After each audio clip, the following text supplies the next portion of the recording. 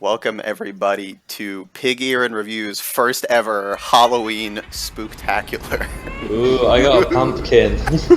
I got there's Michael Myers somewhere over there. Well, and on my shirt right here. There you go. He's around us somewhere. Here at the Tojo Dojo. So we're talking about all sorts of stuff that we've been watching and playing. At least this week, all watching. But I'm Myshtuff, joined by Riku Rose. How you doing today? I'm good, thanks, mate. You? Good. Getting into the spooky holiday mood. Halloween's always my favorite time of year for sure, especially with horror movies coming out. But yeah, so before we continue, make sure to like and comment and subscribe here as we're talking about all these fun things. But today, we're talking about 4 terrifying movies, starting with Black Adam, horror masterpiece. Yeah. Halloween Ends, Werewolf by Night, and Terrifier 2. All have come out fairly recently. Lots of good stuff. I will say the season has been pretty good for horror stuff. There's been a whole lot coming out, both movies and TV shows.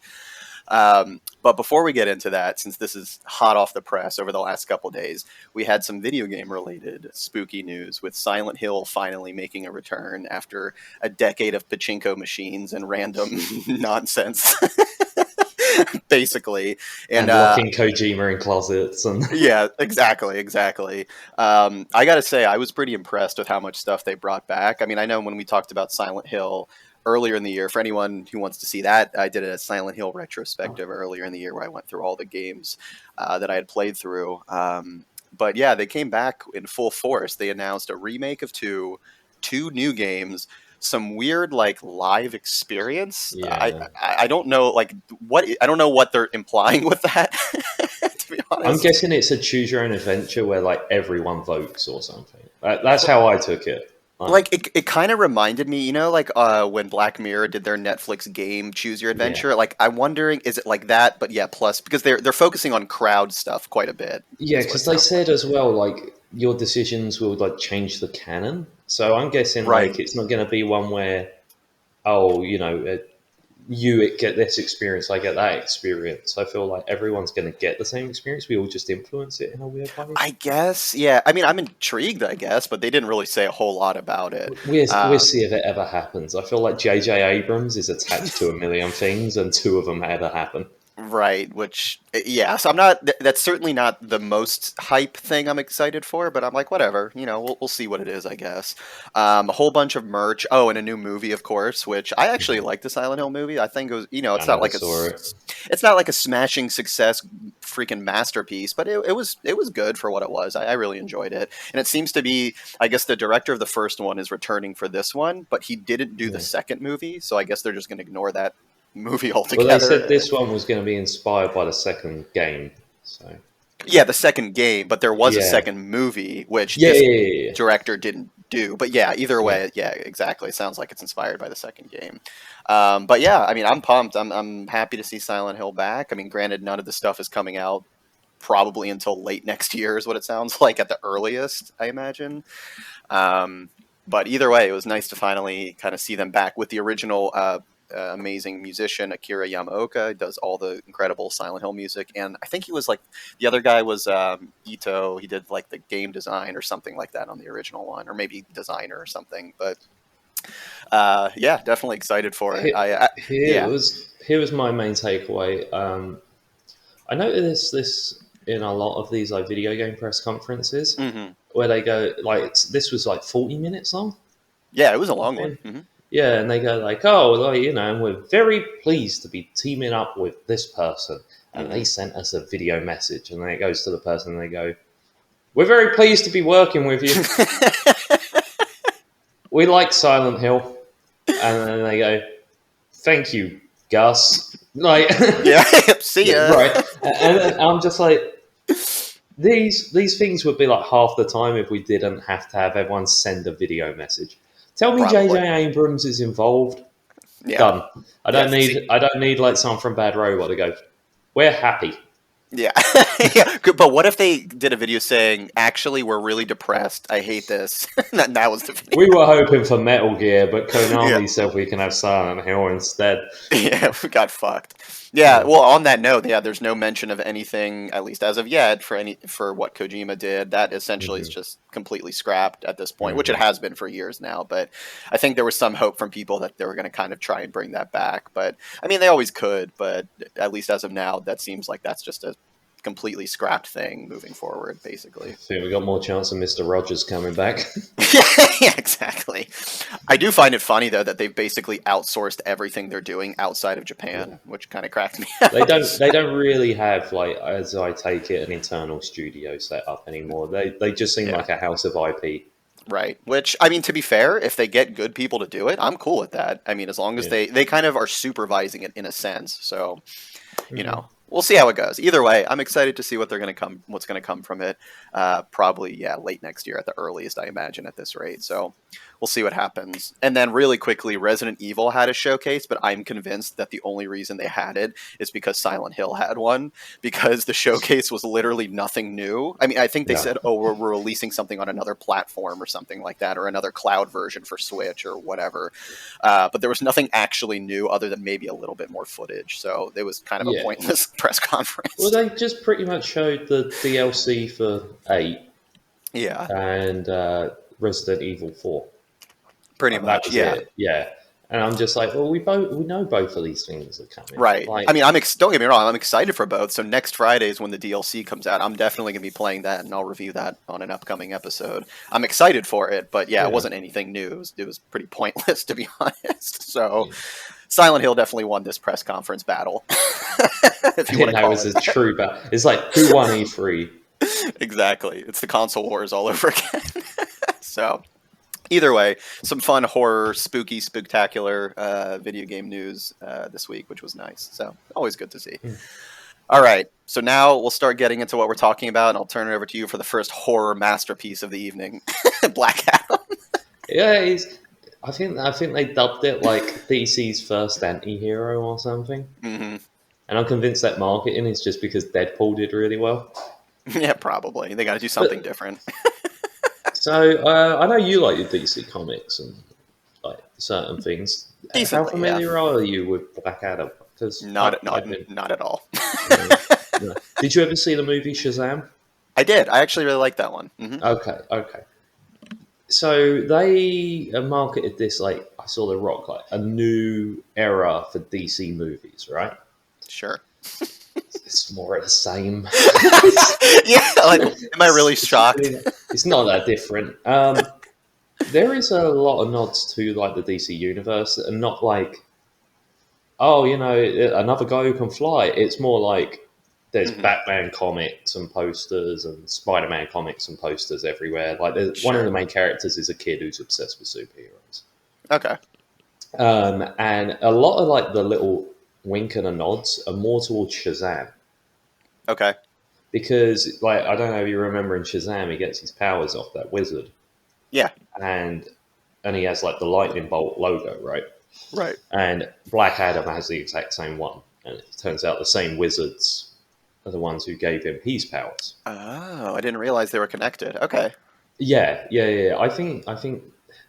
I don't know the comics that well, but I think Black Adam is meant to be like the anti-hero, whereas Shazam's meant to be like the good guy. Interesting. Okay. Yeah. I Yeah. mean, when it comes to my familiarity with DC Comics, definitely Batman, Superman to a lesser extent, and a couple of random other ones. So I'm not like, yeah, the extended lore, the less popular characters with DC, Hmm. I'm not super familiar with. Yeah. Yeah. The thing that annoyed me the most, have you ever seen that meme where it's like, oh, Mexico in real life, Mexico in movies, where it's like yellow? Yeah. And this is obviously like a made up country. It's in like North Africa, Middle East type, Hmm. place. But it's just like everything's so like brown and sweaty. Like Yeah. it doesn't look natural. And I don't know what it Hmm. is about DC movies where they just can't have their movies look like Just, colorful or real life. well, yeah, like all the Zack Snyder movies were like gray and depressing, and Hmm. like, yeah, I know exactly what you mean. Yeah, and it was even like Shazam. I like Shazam, but outside of his suit, it was just like a grey city. Yeah. There was just like no character to the world, and I feel Yeah, like the same here. yeah, and that's where, like, as much shit as I can give Marvel from time to time, they definitely have the vibrancy and they seem to have the comic book feel down. Which at the end of the day, these are comics. We don't have to take them that seriously. So then, when movies start doing like the super gritty, serious all the time, it's just like, all right, what are we doing here? Yeah, this isn't as dark and gritty as the Zack Snyder ones in terms of tone. Okay. This is like what's rough is there's certain actors you just see as that actor. Yeah. Yeah. Like you're just looking at it the entire time. You're like, that's The Rock. Mm-hmm. Mm-hmm. Like that is The Rock. It's not Black Adam. It's The Rock in a movie. Yeah. He's doing cosplay. Yeah. And that's it. Is honestly the best person in this. So Black Adam comes back to modern day because he was a slave like 5,000 years ago, right? Okay. Like under a ruler, and he gets put in a tomb, and he's brought back today, and he's essentially like Shazam, right? Like he's got those powers, Superman style powers, and the little boy gives some speech about like, oh, we're still enslaved because like there's mercenary groups who are like taking over the city and stuff like that. All right. Off to a nice, vibrant, fun start. Yeah. And as soon as obviously he wakes up, he kills a bunch of the mercenaries, and then I think it's not the Justice League, it's the Justice Society. Okay. And it's Dr. Fate, who's played by Pierce Brosnan. Oh, that's right. I saw him in the advertisements. I forgot. Hawkman, Cyclone, and Atom Smasher. Hawkman, I think, was in the Justice League, maybe cartoons at one point. But yeah, I don't know who any of these characters are. Atom Smasher is essentially their version of like Ant-Man, where he can get big and stuff. Oh, like ATOM. Yeah, I thought like ADA, like no. Black Adam, like Atom Smasher. Sorry. No. Got it. Whose dad is his uncle is played by Henry Winkler. All right. Yeah, cool. which just made me laugh in the movie. Yeah. But they are the best part of the movie. Is this Justice Society or whatever they're called? Pierce Brosnan steals the fucking show. I haven't seen him act in anything in a while. I saw him in that fucking Eurovision movie with Will Ferrell. Great. Yeah. No, but he because did you ever watch the Watchmen TV show? Yeah. Mm-hmm. You know Jeremy Irons' character? Yep. Mm-hmm. He's very similar to that. So he's walking. He's like on the ship in like his silk pajamas and yeah. He's awesome in this. Like I would have preferred this movie to be a Justice Society movie where Black Adam's the bad guy. Okay. But I think The Rock's ego would have took too much of a chip, like for that to happen.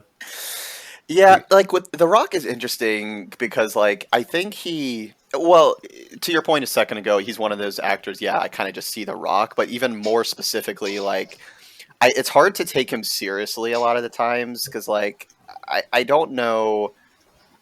I don't know. He can act to an extent, but can he though? I think he can. Sorry, let me rephrase that. He can entertain, especially in a wrestling standpoint, and he can be funny. But then when he's put into kind of that more serious role, and I'm like, what are you doing? I don't know. So here's where I don't think. I hate to sound mean because he seems like a lovely guy. Yeah. Right. Nothing against him, right? Right. But he is like our modern day version of Arnold Schwarzenegger in the 80s and 90s. Right. That's a good analogy. Right. Yep. Now, if they made Terminator today, especially Terminator 2, do you think The Rock could pull off what Arnold Schwarzenegger pulled off in that? I don't think he could. Yeah, there's like a sense. And Arnold Schwarzenegger's not a great actor. Right. No, but like you can watch that. Like I don't know what it is. There's like a suspension of disbelief because not long ago I watched Total Recall, the original one, with him in it, and I'm like, he wasn't a great actor, but like I was having a great time the whole time watching it. Yeah, he's entertaining. Yeah, he's like, it's that charisma, that entertainment, and yeah, nothing personal either with The Rock, but it's something about it doesn't click for me usually. Yeah, and it's a shame because he's one of those actors you want to like, but you can't really like not like him, but like he's acting. Just the act, But exactly. but that's what I mean with like he couldn't do Terminator 2. Like Terminator 2 is a great movie, and Arnold Schwarzenegger's great in it. For 90% of the movie, he's stoic as fuck and doesn't do anything. But by the end of the movie, you really care. Yeah. Mm-hmm. Right, and I just can't imagine The Rock giving that speech to John Connor before he goes in the lava. Like, I don't know what it is. Like, it's hard to pinpoint exactly why. Like, I'm trying to think if there's a movie I've seen with The Rock that I like really loved, and I can't think of any, to be honest. yeah, I don't know. but that's it. The Rock, I think, The Rock and the Kid in this are the weak points of the movie, which is annoying because they're the two main people. It is much more interesting and fun on screen. Like the Justice Society turn up and they like team up and all use their powers to like fight Black Adam or whoever, right? And it's fun. Like they're all using their different powers to team up together. There's the girl called Cyclone, and she's like using the wind with Dr. Fate's like Mirage like powers, while Hawkman then goes through the dust and hits them, and Atom Smash. That's all really fun. Yeah, and I would have preferred that movie because even when I was going to say, like, are they setting up the fact, like, with this Justice Society? Have they already? Maybe they've already announced this. Are they doing movies of those other characters or a Justice Society not movie? that I've seen so far, but all right. That's it as well. At the beginning, I thought they were Suicide Squad because it was it's Amanda Waller puts them together. I'm not spoiling anything. It's like first 10 minutes, right? Yeah, she's like, I've got this person and this person. I'm like, oh, they all must be criminals, right? Like, because it's Amanda Waller, right? Right. And then, no, they're actually all good people. And I'm like, oh, okay. Why is she so what is her job exactly? It changes every fucking movie she's in. Right. What is happening? All right, cool, I guess. She's a great recruiter is what it sounds like. Yeah. She's essentially like Indeed. Like the website. Just the job website. Yeah. Exactly. But for superheroes. But this is it. I don't think it's as bad because I think the reviews, I think it got like 40-50% on Rotten Tomatoes. I don't think it was as fun as Shazam because who's the guy in Shazam? What's his name? Zach Levi, I think. Zachary Levi. He's a lot more fun, right? To believe in that role and things like that. He's more fun. He pushes the movie forward. Whereas The Rock sort of, every time The Rock's on screen, you're like, oh, okay. All right. It's The Rock. Yeah, I mean, granted, that character is maybe a little more fun. Shazam is supposed to be a little bit more fun, I suppose. But yeah, there still could be that enjoyment and charisma from Black Adam. Well, but yeah. Also, the issue with this is it's trying to be more serious, but it doesn't do it well. Yeah. Like, not even serious in like a Batman v Superman, like gritty, serious way, but like the themes it tries to tackle, right? There's like 2 twists in this movie that like no one in the audience seemed to care whatsoever. I actually laughed at one of them. Oh no! Like out loud, and my wife leaned over and went to me like, "Why are you laughing?" I was like, "This is fucking ridiculous." Because it wasn't like a funny moment at all. But I always remember when the Da Vinci Code came out, the movie.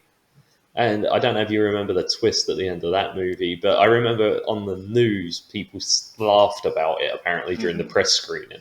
That's funny. I think I've seen that once a long time ago. I don't even remember it, to be honest. But yeah, that's never a good sign when you're trying to do some sort of emotional moment and then you just start laughing. Yeah, that's not good. Yeah, and I thought the movie ended half an hour before it did. How long is it? Like 2 hours or something? It's 2 hours, but the pacing is all over the fucking show. Okay. Right, because like it feels like it picks up halfway through a movie. Then it feels like it's ending, but then there's a final third act. Because I legit was like getting ready to like go. All right, start packing up. Let's go. Like the music started. I'm like, credits are about to flash. And then it went for another half an hour. I was like, oh. Jeez. So it was paced weird, but felt too long. But felt like it started in the middle. It was all over the place. That's weird. So how does this tie, or I don't know if this is a spoiler or not, how does this tie in to the other DC movies that have come out? So there's a lot of hints about Shazam and the wizard from Shazam. Well, yeah, other than, yeah. And there is a post-credit scene that links it to the DCEU. Okay. I won't spoil, obviously. Yeah, that's fine. Which, yeah, when I googled, does this movie have a post-credit scene? It told me in the headline what it was. Oh, good. Because I was like, oh, do I need to sit through this? Mm-hmm. Yeah, I love how that's a thing now. There's like dedicated websites of are there post-credit scenes? Is it worth waiting at this point? Yeah, this movie, to be honest, and I've kind of said this already about some of the Marvel stuff, it's not that I never want to see these again or anything like that, but I'm certainly not rushing out to see. You feel like you've seen them already. Yeah, like I'll rent it for $5 when it comes to streaming in a couple of months. Like I don't need to rush out and see this. Yeah, personally. Yeah, it was okay. It was okay. Mm-hmm. It weren't awful. Yeah. There's been bigger insults. Like I would give it like a very, very soft thumbs up. I don't think it's a bad movie. Sure. I don't think it's a good movie. Yeah. I mean, okay, I'll ask this. Would you like to see this character again in any capacity, I guess? Yes, if they had better writers. Okay. If it weren't quite clear that The Rock was micromanaging every aspect of it. Mm-hmm. Like, this would be a fun character if they did like a team up, like when the Avengers teamed up and it essentially became like a Joss Whedon project. Yeah. Mm-hmm. Like if they did something like that, because I think he's been talking about like a Black Adam versus Shazam or versus Superman movie. Well, yeah, because wasn't he trying to get this movie made for like quite a while? So this is like it sounds like he was managing it pretty closely, not just starring in it, but like producing it and all that sort of stuff. I think he's like Tom Cruise, where he's essentially the real director behind these movies.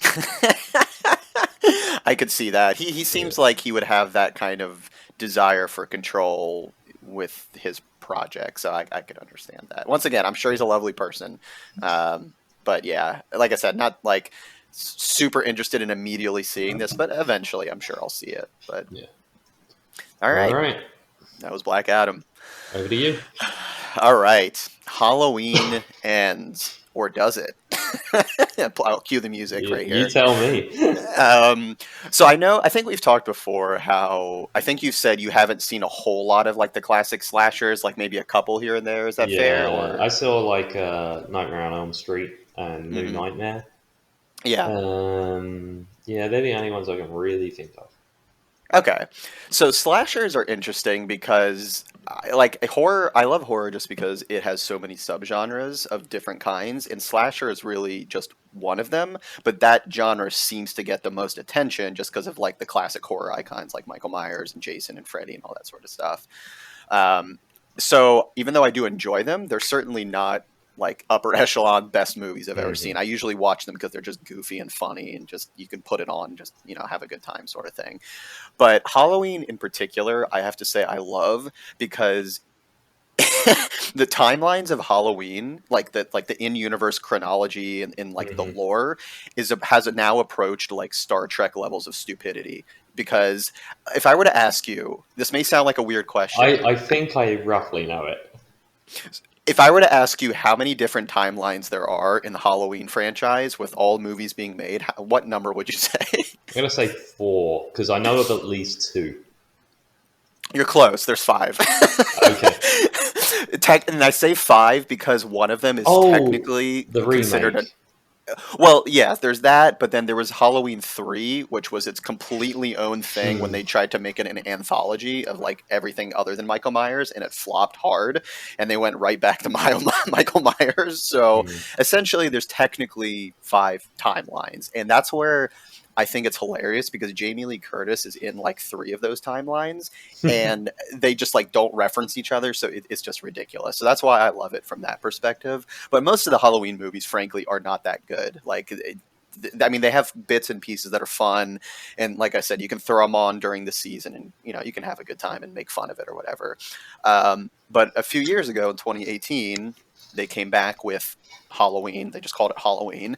And that was this new timeline where it ignored everything other than the first original movie. So they just said, fuck all of that other stuff. Even the stuff Jamie Lee Curtis was still in. They said, screw it. It doesn't matter. Throw it to the side. And we're now starting this new timeline. So I was like, okay, bold move. Let's see. Let's see what they do. I mean, it can't get any more ridiculous than it has already. And that 2018 version, reboot, new timeline, whatever you want to call it, was really solid. I really liked it a lot. They did a good job, kind of brought it back to its original form, ignored all the nonsense lore. You know, good time, great music. John Carpenter returned to do some music. Awesome time. Then Halloween Kills came out a couple of years ago, or sorry, no, last year, sorry. And it's a continuation, like the same night that the events that happened in that first one, and then it continues. And then that movie had some problems. The catchphrase of that movie was "Evil dies tonight," and it became a bit of a meme for anyone who watched it, because it had this mob mentality thing going on where the entire town suddenly wants to kill Michael Myers, and they're all chasing. Wait, the whole town knows that he exists. Yeah, because he's been tormenting the town for 40 years. Oh, get the fucking FBI in. No. You don't understand. Evil dies tonight. Bless you. Thank you. Get the army in. No. You don't see. This is why you haven't seen enough of these slasher movies. The logic gets thrown out the window. It doesn't matter. No. Right, but I always thought, you know how in Nightmare on Elm Street, no one believes the kids. Yeah. I thought it was that kind of thing where Jamie Lee Curtis is being tortured. And she'd go to the police, and it'd be some obnoxious sheriff who's like, "Oh, she's imagining it. She must be delirious." No. They all know. Everyone knows he's real. And so I will say, to be fair, they do bring in some cops and all of that, but it's this small little town in Illinois, middle of nowhere, practically where I live. They have guns still. Yes, they have a lot of fucking guns, and he still won't die. So here's the thing. Here's the thing with Michael Myers. The whole lore behind him is he's this pure evil, not even supernatural, just pure evil force that you could keep shotgun blasting him and he will just keep getting up and killing. And so he's this indestructible tank, essentially. You know what? But yes, fucking move. Well, no, that kind of comes into play a little bit in this latest one. Either way, Halloween Kills was practically a comedy. It was ridiculous. It was funny to watch certain parts. Anthony Michael Hall shows up randomly, some actors from the original movie. They have a cool cutaway to they recreate some scenes from the original movie and flashbacks. It wasn't the greatest movie, let's just say. They could have done better. So now you have Halloween Ends. And here's where things get interesting. This movie is very divisive. I've been looking at reviews online for fans or newcomers alike. And it's interesting because it's been touted as this is the final one, Halloween Ends, even though we all know they're probably going to reboot it in fucking 5 years from now at this rate, given where Hollywood is. But it's the final rematch between Laurie, Jamie Lee Curtis's character, and Michael Myers. They put it on all the posters. And I think Michael Myers is in the movie for maybe 2 scenes, if I'm not mistaken, maybe 3, if I can count. I think roughly. This is like when that last Jurassic World movie went about dinosaurs. Exactly. So, on one hand, the direction I'm going to try my best not to spoil this, but essentially the reason why it's divisive is for this third movie in this supposed trilogy, whether it's planned or not, they randomly throw in this brand new character who's essentially... It's alluding to the fact that he's going to now become the next Michael Myers, essentially, and the evilness kind of is going to transfer to him. And most of the movie focuses on him and Laurie's granddaughter, and they're having a romantic relationship. It practically turns into a rom-com for part of the movie. It's really out of nowhere, to be honest. Now, as I said, I've not seen these movies. I thought Michael Myers was Jamie Lee Curtis's brother. So that's the thing that happened in the original Halloween 2. Oh, okay. But I didn't know this if it was in the series, original movie. no. That was not established in the first movie. So this Okay. series ignores that fact. So they are not Okay. related in this one. So yes, and actually, funny enough, in 2018, they make a little joke about how there was rumors about how they were related, and it's like winking at the audience, like, haha, this used to happen. But no, they're not related in this one. So yes, it's like Jamie's granddaughter, Jamie Lee Curtis's character's granddaughter, and then this new character who's kind of evil are like sort of dating, and then at one point, I mean, I get all right. This is going to be somewhat of a spoiler, I guess. I'll maybe put up a little tag or something. I mean, well, do you care? Or are you going to watch this movie? To be honest, I've still got to watch the first Halloween. okay. I'll tell you my story with Halloween, how it's been spoiled for me. But like, yeah, go ahead. Okay, I guess I'll just briefly mention that this new evil character and Michael Myers basically team up like a buddy cop situation.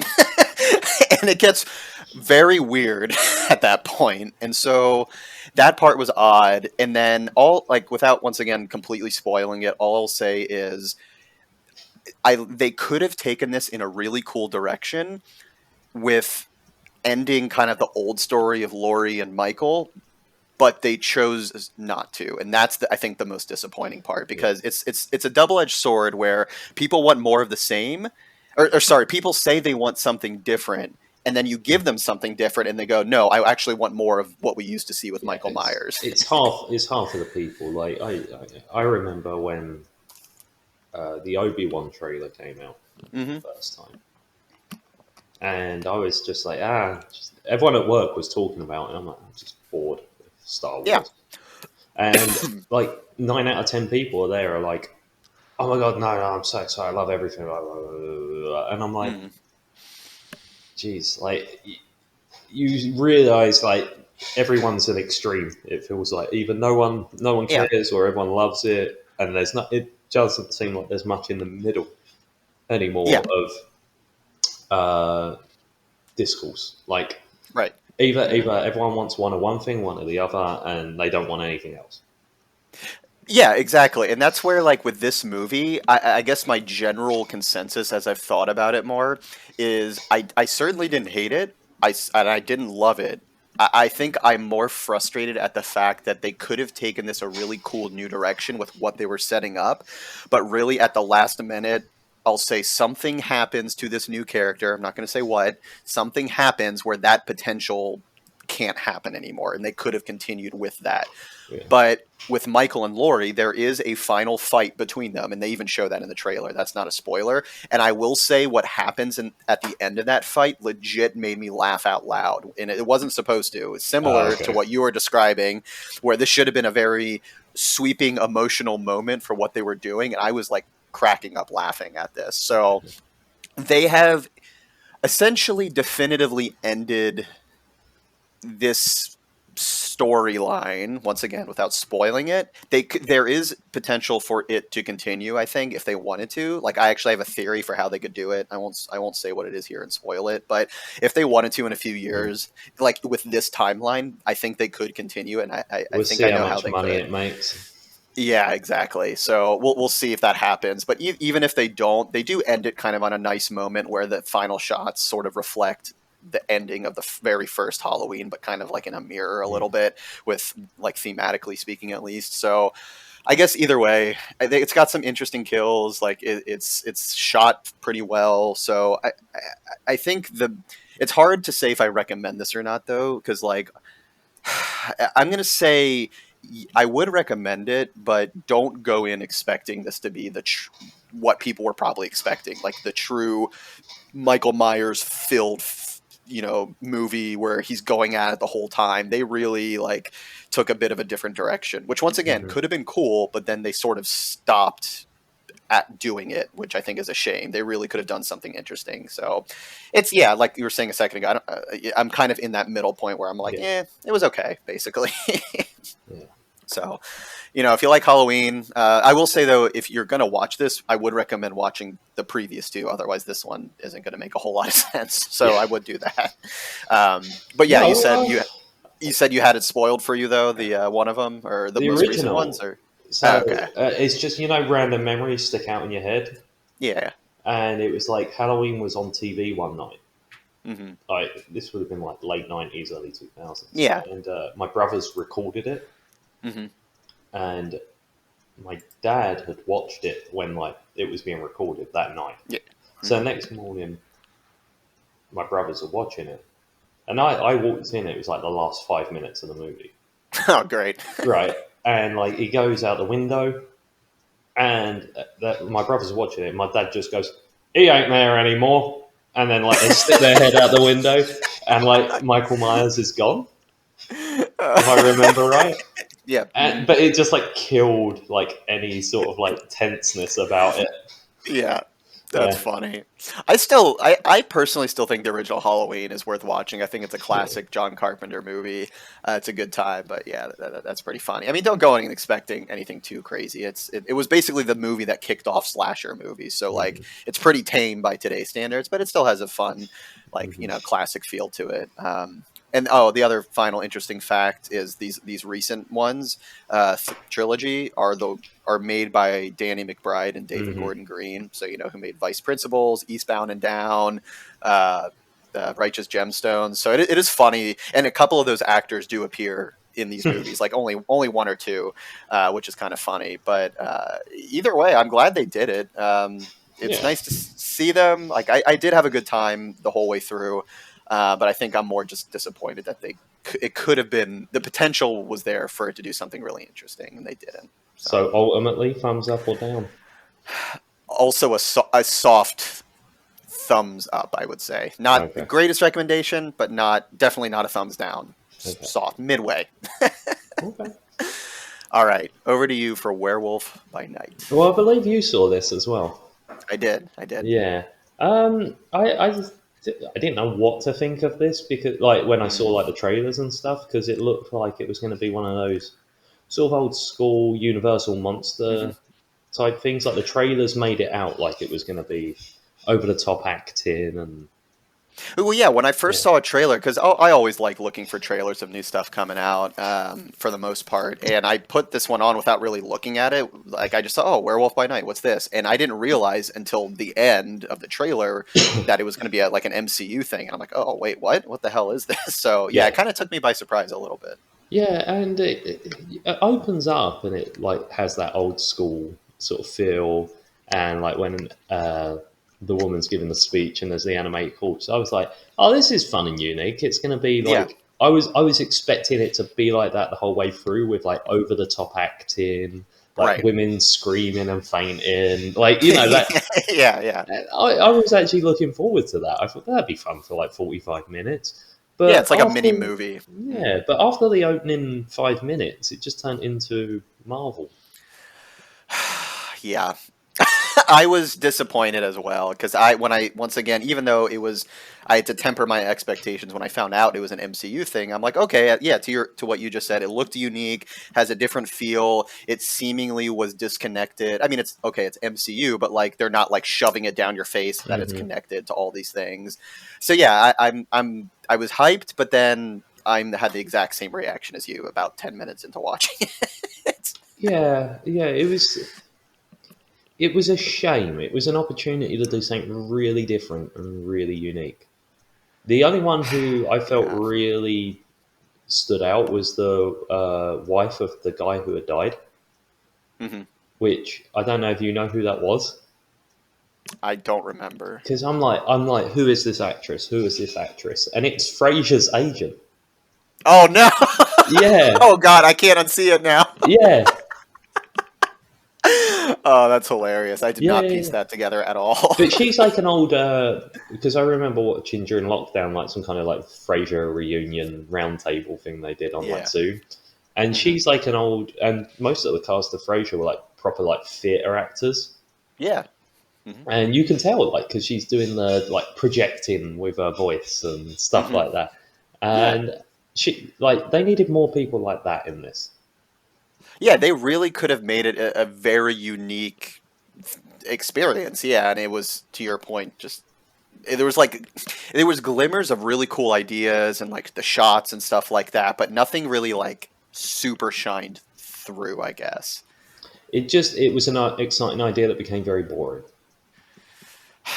and like I don't. It's so weird because like allegedly with all these Marvel projects, they give the directors creative freedom, and they've maybe have to sprinkle some mandatory things in here and there for the connectivity.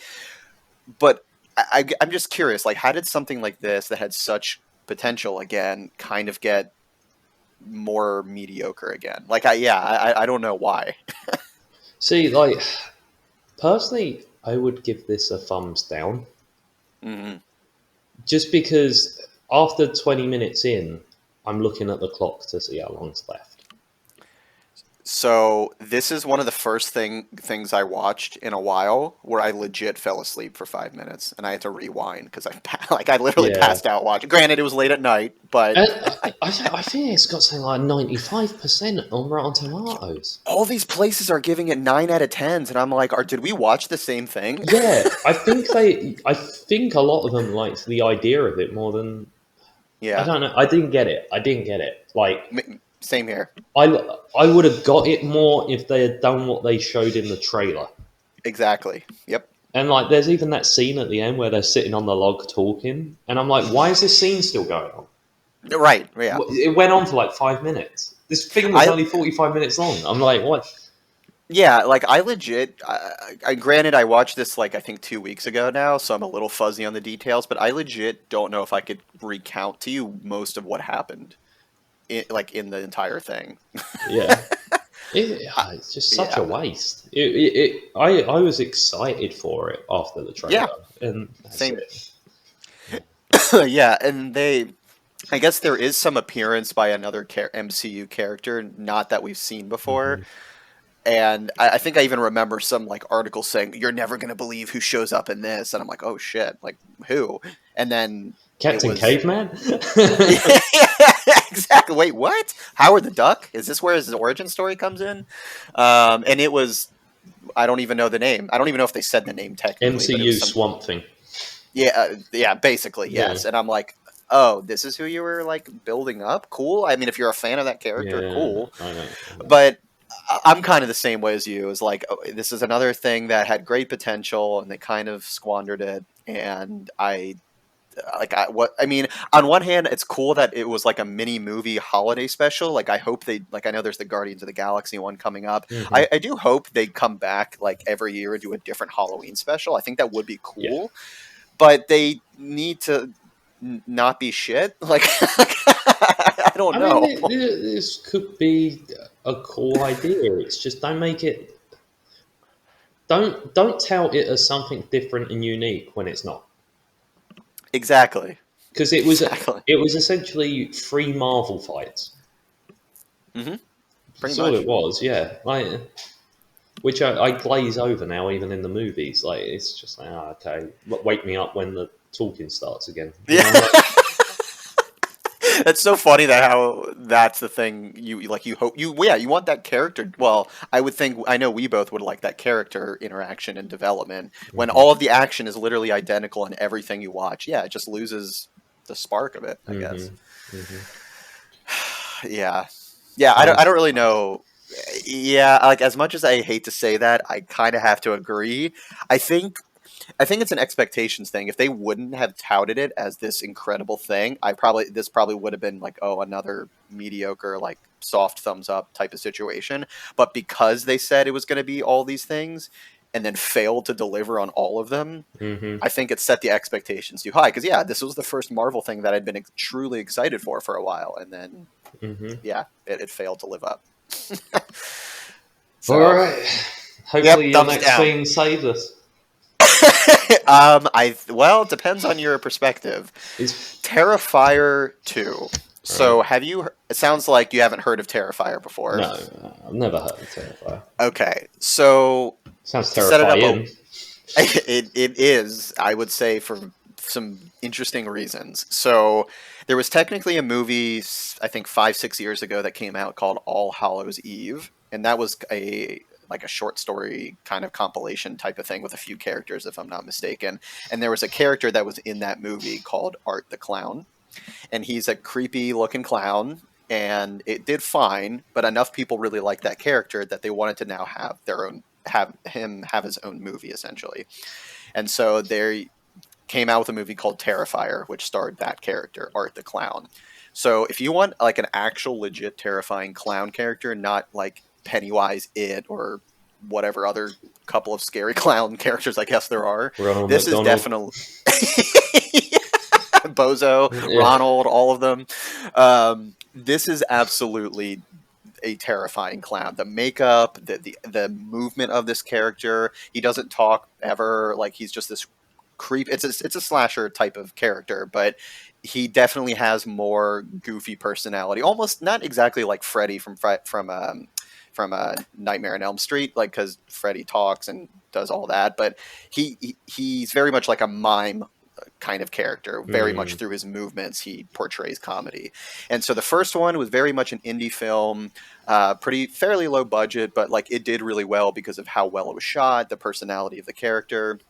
A new actor portrayed that character from that other movie, so it really took on a life of its own, and it was pretty gruesome, even by slasher standards. Like, there were some gruesome scenes in that movie that even like me and my wife, who watch horror movies all the time, even we were like, oh man, like that was a couple scenes were a bit rough, but it's at the end of the day, it's a slasher type movie, and it's fun. It's definitely one of the better ones.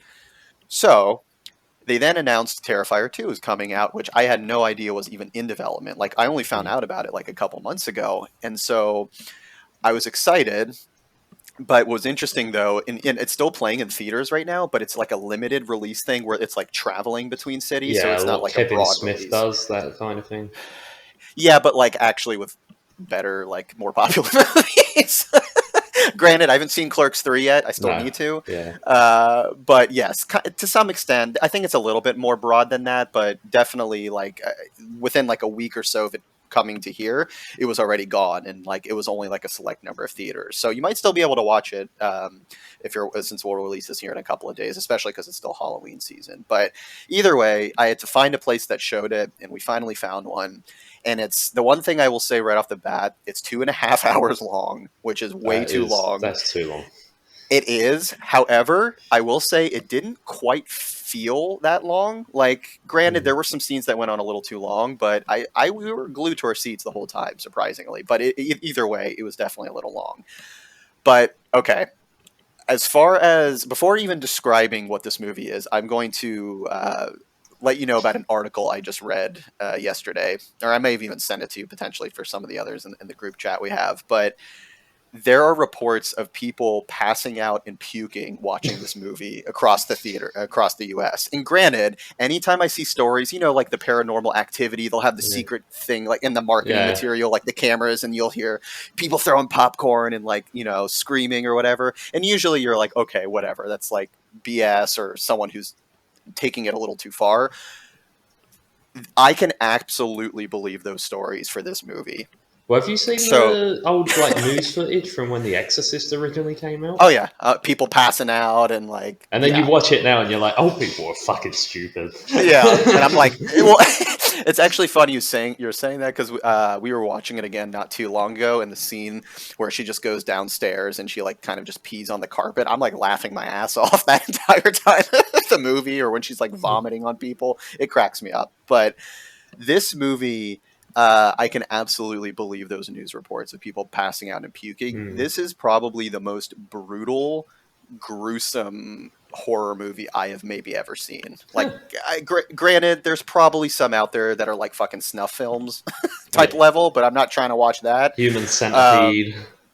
Yeah, there's stuff like that. Well, that was probably more a gross out factor. Yeah. Granted, with this movie, there are some gross stuff, but there are just some flat out brutal scenes in this with what's going on. And I mean, at the end of the day, the story isn't that complicated. Basically, it's a brother and sister who start seeing Art the Clown, and they're trying to essentially escape from him, and everyone around them is dying. You mean see him like he appears, not like in a romantic Yeah, they really want to make out with him, actually. This is actually a rom-com. They're both dating him at the same time. Yeah, this is a love triangle. They don't know. They both live in the same house, and they're trying to date him on Tinder. It gets really awkward, actually. Yeah. I would love to see that movie. But it's a beautiful ending about how polygamous relationships work for some people. Yeah, look, this is a great tearjerker movie here. See, maybe they could do that for the next movie. Who knows? But yeah, he starts pulling out the numbers of all the other people he's seeing. Well, see, okay, but honestly, I wouldn't put that past him because once again, this character is comedic. Like, so okay. This movie opens with a scene that had me and my wife like dying. I mean, everyone in the theater was dying laughing at the scene, but it's basically. He basically like he does some kills and then he has just blood all over him. So he walks into a laundromat to just clean his clothes basically, and he has like a big garbage bag and his suit. And so he literally just strips naked, throws his stuff in the like coin laundry machine, and just sits there naked reading a newspaper. And then some other guy comes in just looking at him, but he has like the face makeup on still, but then he's just completely naked, and he's just sitting there like laughing, but like mime laughing. And at one point, he basically kills the person, and he puts his clothes back on and just walks out. Like, it's just like there's stupid stuff like that. So I wouldn't put it past him to do some fun rom-com related humor.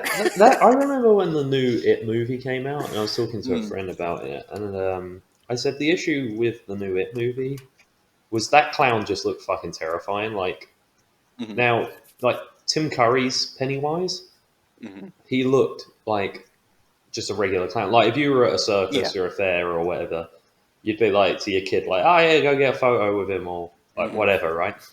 But then like he could do, which Tim Curry was great at, was like the switch of like, now I'm a fucking evil bastard, right? Yeah. And I'm scary. Whereas if you were at a carnival or a fair or like a theme park and you saw like the other Pennywise from the newer movies, you'd be like, I'm not letting my fucking kid near that.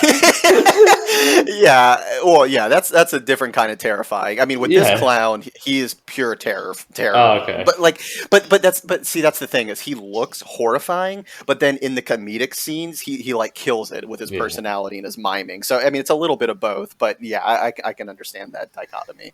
But yeah, the movie is just filled with horrifically brutal kill scenes, like stuff that at some point goes on a little bit too much. Like at one point, I looked over at my wife, and even she's like, Jesus Christ, like how far are they going to keep going with this? And so, but what I liked about it is it's all practical effects, which is awesome, nothing digital. So really well done prosthetics, animatronics, like the blood stuff. Like that's the thing. I think I can appreciate this movie more for that. Like this movie didn't need to be this long or have as many kills or drawn out as it did, but it was still like it was just fun to see. But my God, there were a couple of scenes, like I said, that were I could very like my wife and I were fine, but I could very easily understand those stories of people puking and passing out. There is some gross shit in this movie with how some of the things are carried out, and that's where it kind of mixes some of Art's like comedic personality while he's doing it. And it's just a weird